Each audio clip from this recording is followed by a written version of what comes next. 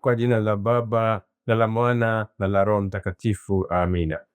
Tumsifu Yesu Kristo. Ndugu zangu wa Kristo popote tulipo, siku ya leo tarehe 4 mwezi wa Juni ni sherehe ya mwili na damu ya Kristo takatifu, ukipenda Corpus Christi kwa Kilatini, siku ambayo tunaadhimisha na kusherekea fumbo hili la imani yetu kwamba Kristo katika Ekaristi takatifu ni mzima na Mungu wake na binadamu wake.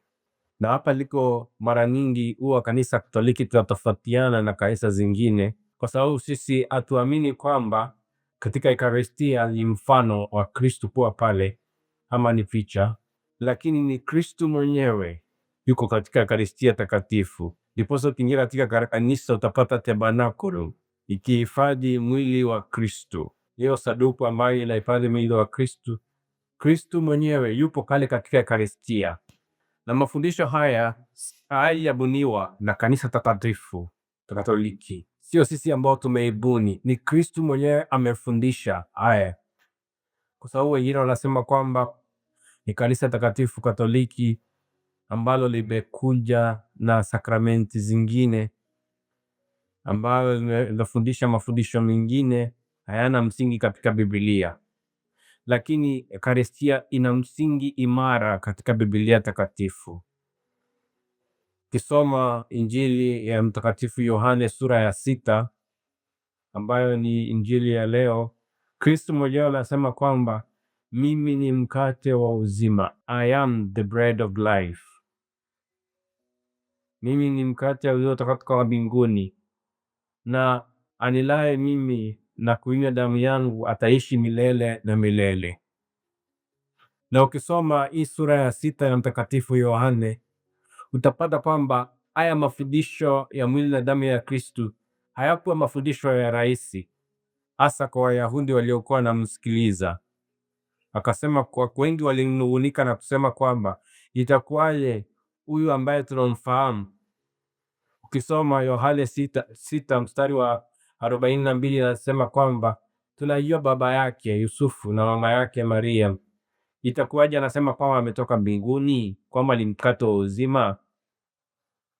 Na wanaendelea kusema kwamba amin amin nawaambieni, msipoula mwili wangu na kunywa damu yangu hamtapata uzima wa milele. Anaendelea kusisitiza na kusema kwamba huu si mfano kama mifano ile mingine, huu ni ukweli. Na ukisoma hii sura ya 6 bado mstari wa 66 tunaambiwa kwamba wengi waliokuwa wanamfuata waliacha kumfuata na kusema kwamba haya mafundisho ni magumu. Na akageukia wale wengine 12 akawauliza, pia ninyi mngependa kuondoka? Kwa sababu alikuwa anafundisha ukweli kutoka mbinguni, ilikuwa revelation, revelation, ufunuo. Haya hayapo mambo ambayo ni ya kubadilisha, sababu wengi hawapendelei ama hawakubaliani nayo, ama asema kwamba sikuwa namaanisha hivi, nilikuwa namaanisha vile. La, alisimama na kusema kwamba huu ndio ukweli na tunahitaji imani kushikilia ukweli huu. Siku ya leo ni siku ya kuadhimisha na kusherekea huu ukweli wa Kristo kuwa kati yetu, ni Mungu yu nasi, Emanueli. Sio jambo rahisi, hatuwezi kulishika kwa akili zetu, lakini kwa imani ambayo tumepewa na Mwenyezi Mungu tunaweza kuishika. Naombea siku ya leo Mwenyezi Mungu aweze kuimarisha imani yenu ili tuweze kulishika zaidi ili fumbo la imani Kristo katika Ekaristia. Hasa tunapoangalia Ekaristia takatifu tunaona unyenyekevu wake Kristo, upole wake Kristo, na juu ya yote upendo wake Kristo, upendo wake wa kuwa nasi kila wakati. Ekaristia takatifu ni Kristo mwenyewe na umungu wake na ubinadamu wake, sio mfano, sio picha, ila tunapoula mwili wake na kuinywa damu yake tunapata uzima wa milele. Haya ni maneno yake mwenyewe, sio kanisa Katoliki limesema haya, ni Kristo mwenyewe amesema kwamba amin amin nawaambieni, anayekula mwili wangu na kunywa damu yangu ataishi milele. Hivyo basi swali yangu siku ya leo ni je, unaamini kwamba Kristo yu katika Ekaristia takatifu?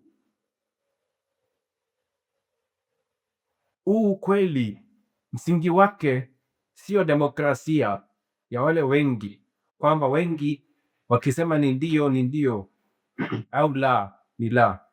Ukweli msingi wake sio demokrasia, sio wingi wa kusema kwamba wale wengi wanasema yuko, wainue mikono, wanyanyue mikono. No, ukweli msingi wake ni Kristo mwenyewe, ni Mungu mwenyewe. Mungu yu nasi, na ni jambo la kufurahia kwamba Mungu yu nasi katika Ekaristia Takatifu. Ni jambo la kutafakari, ni jambo la kufurahia na kushukuru, kwa sababu Ekaristia ni shukrani. Mwenyezi Mungu akujaze moyo wa shukrani. Baba na Mwana na Roho Mtakatifu. Amina. Shukrani.